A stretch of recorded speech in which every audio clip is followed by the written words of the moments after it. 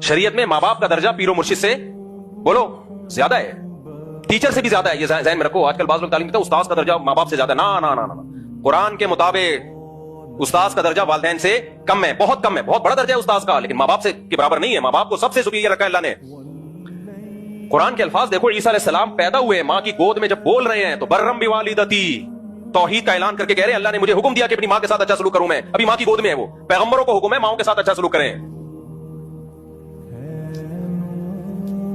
तो और इब्राहिम अलैहिस्सलाम को देखो, अपने वालिद से कैसे नरम लहजे से बात कर रहे थे।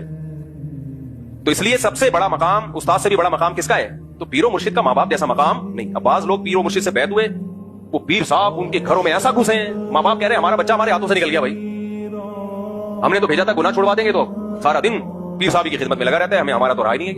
मौलाना शलवी थानवी रहमतुल्लाह अलैह बड़े हकीम थे, हकीम उलम्मा थे। हकीम से मुराद हिकमत वाले। उन्होंने इन पीरों पे रद्द करते हुए लिखा है कि लो थी किसी और की और हो किसी और की गई है औलाद। जना किसी ने और हो किसी और की गई। ना ना ना, जिन्होंने जना है उन्हीं की रहेगी।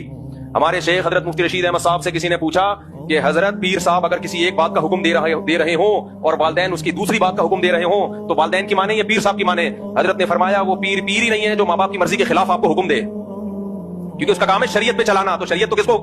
माँ बाप की इताअत का हुक्म देती है। वो कहेगा तुमने पूछ कैसे लिया मुझसे?